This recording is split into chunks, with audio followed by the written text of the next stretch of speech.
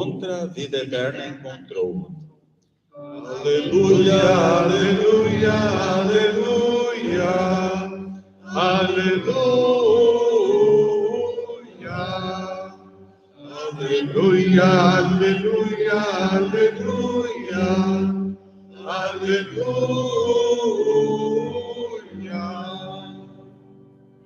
O Senhor esteja convosco. Ele está no meio. Proclamação do Evangelho de Jesus Cristo segundo São Mateus. Naquele dia, Jesus saiu de casa e foi sentar-se às margens do mar da Galileia. Uma grande multidão reuniu-se em volta dele. Por isso, Jesus entrou numa barca e sentou-se, enquanto a multidão ficava de pé na praia. E disse-lhes muitas coisas em parábolas. O semeador saiu para semear. Enquanto semeava, algumas sementes caíram à beira do caminho, e os pássaros vieram e as comeram. Outras sementes caíram em terreno pedregoso, onde não havia muita terra. As sementes logo brotaram, porque a terra não era profunda. Mas quando o sol apareceu, as plantas ficaram queimadas e secaram, porque não tinham raiz. Outras sementes caíram no meio dos espinhos. Os espinhos cresceram e sufocaram as plantas. Outras sementes, porém, caíram em terra boa e produziram a base de 100, de 60 e de 30 frutos por semente. Quem tem ouvidos, ouça. Os discípulos aproximaram-se e disseram a Jesus: Por que falas ao povo em parábolas? Jesus respondeu: Porque a vós foi dado o conhecimento dos mistérios do reino dos céus, mas a eles não me é dado.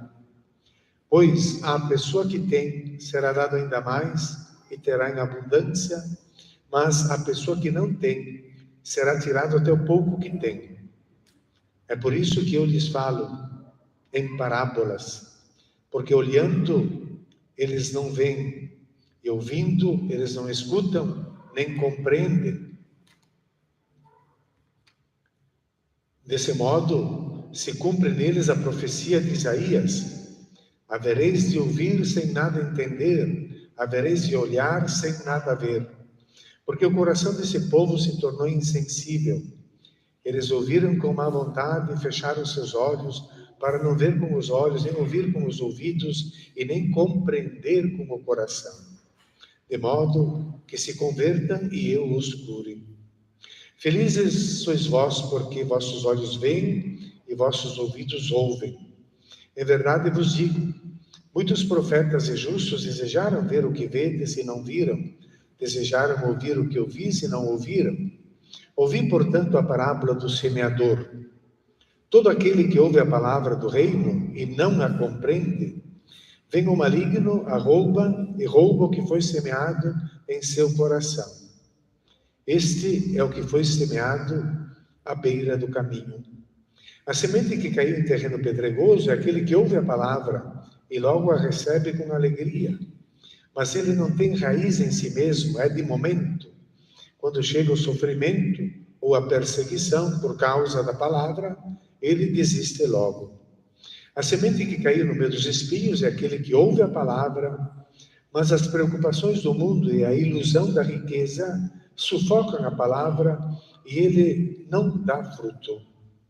A semente que caiu em terra boa é aquele que ouve a palavra e a compreende. Este produz fruto. Um dá 100, outro 60 e outro 30. Palavra da salvação. Glória a vós, Senhor. Podemos sentar, irmãos e irmãs, um instante, meditemos essas palavras, como dizia antes a mãe das parábolas, porque todos nós logo compreendemos que o semeador é Jesus, que semeia largamente e que semeia em todos os terrenos, e que a semente também é Ele mesmo, a semente semeada é a palavra que Ele disse, que Ele ensinou para nós. E é claro que a comunidade de Mateus já entrava em crise, porque via o grupo diminuir, a perseguição, as preocupações, a falta de um sucesso imediato faz com que as pessoas desanimem. Nós podemos imaginar facilmente situações assim de crise também nos dias de hoje, né? Quando, por exemplo, os catequistas, depois de longo esforço de preparação e de motivação, não veem resposta, encontram indiferença. Os pais que às vezes, ao invés de procurar aprofundar e acompanhar e compreender as coisas de Deus, as coisas da fé, do Evangelho, procuram encurtar, mas para que tanto tempo? Por que 2 anos? E quantas faltas pode se ter? E precisa vir na missa? Tudo isso é de desanimar. Mas Jesus, diante das dificuldades, não desanimou. E também não agrediu. E começou a explicar para os discípulos, falando com eles por meio das parábolas. Mas está explicando a crise. Fala, então, do semeador que saiu a semear. E aqui vai uma pedagogia perfeita de Deus, porque a palavra de Deus, ela deverá produzir frutos de seguimento, de adesão. E se vê que muitas vezes não produz. Se nós deixarmos um mês inteiro de participar da missa e tal, é certo que o terreno vai ficar seco e não vai produzir mais nada. Vamos nos secando. É como o terreno. Jesus, ele vai observando a realidade, vê o semeador, medita, pensa e faz as suas palavras se tornarem poesia aos nossos ouvidos. Então ele vai explicar isso com parábolas. É como se ele tentasse explicar isso como uma poesia. E a parábola tem uma força muito maior que a da argumentação lógica. A argumentação lógica, ela é lógica e pronto. Mas a parábola, ela envolve todos os sentimentos, os sentidos que a pessoa tem, porque ela é capaz de suscitar emoções, de fazer compreender, de viver aquela realidade, e leva também a tirar uma conclusão. Por exemplo, por que Jesus usa parábolas? Porque é uma maneira de tirar a verdade de dentro da pessoa mesma. É um pouco o método maiêutico, o método Paulo Freire, fazer com que a pessoa descubra a verdade. E é uma pedagogia que Jesus usa, porque a pessoa descobre a verdade. Se ela descobre a verdade, pronto. Não tem mais ninguém que vai ser capaz de apagá-la. Ela tem essa força e essa pedagogia da parábola. Por exemplo, quando Davi, o grande rei Davi, autor, segundo a tradição rabínica dos Salmos, a maior parte dos Salmos do Antigo Testamento, seu grande rei Davi, quando ele pecou por adultério com a vizinha, a esposa de Urias, que ele se encantou, etc., e depois, quando ela ficou grávida, ele fez com que Urias voltasse lá do campo de batalha, para ele ir para casa, porque se ele vai para casa e dorme uma noite com a mulher, aí está salva a reputação dele, e a mulher está grávida, pronto, o marido estava ali. Mas o Urias não foi para casa, então mandou uma carta para colocá-lo lá na frente do campo de batalha, no lugar mais perigoso, e assim Davi matou um grande soldado que ele tinha. O profeta Natan poderia chegar lá e dizer: criminoso, você mata um soldado, você é um criminoso, para ficar com a sua esposa. E o Davi poder responder: cala-te a boca, foi ela que me tentou, e botar o Natan na cadeia. Então a parábola, mas o que Natan fez? Não foi lá com argumentação mental: tu é um criminoso porque tu fizeste isto e isto. Chegou lá e disse para o rei Davi, contou uma história para o rei Davi. Disse: olha, tinha um grande fazendeiro com muitos rebanhos, e o seu vizinho tinha somente uma ovelha, que era tudo que ele tinha. Ele a acariciava, ele tinha cuidado com ela, era a única coisa que ele tinha. Mas esse vizinho rico recebeu um amigo e para preparar uma refeição para ele, mandou pegar a ovelha do vizinho pobre, a matou para servir de alimento. O Davi se enfureceu: a morte a este homem.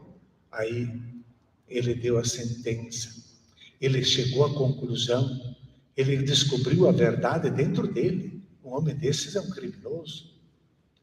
E ele disse: mas tu és este homem. Aí pronto, não tem como ele voltar atrás.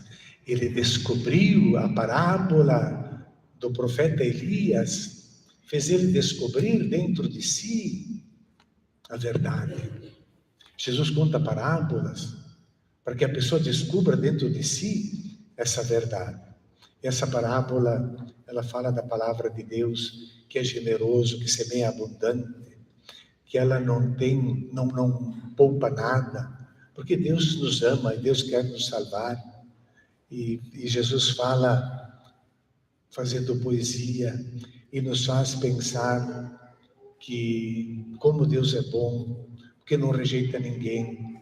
Ele semeia em todos nós, e não importa se vamos produzir 100 ou 70 ou 30, o importante é que todos nós podemos produzir alguma coisa. Deus não está preocupado com pessoas perfeitas, e só esses são os meus. Não, Ele quer todos porque todos nós somos como uma terra pronta para produzir frutos e produzir o reino de Deus. Então, temos limites, somos terreno pedregoso, espinhento e beira de caminho, e as árvores levam embora, mas vamos produzir alguma coisa também. Somos feridos, opacos, duros, espinhosos, somos pedregosos, mas Deus não olha as nossas imperfeições, porque Ele vê além de nós mesmos, Ele vê o reino de Deus, e qualquer pequena coisa que nós façamos instaura esse reino de Deus. É como um ventre capaz de produzir coisas boas e olhar para além do inverno e ver já a colheita ali adiante. Esse é o coração de Deus.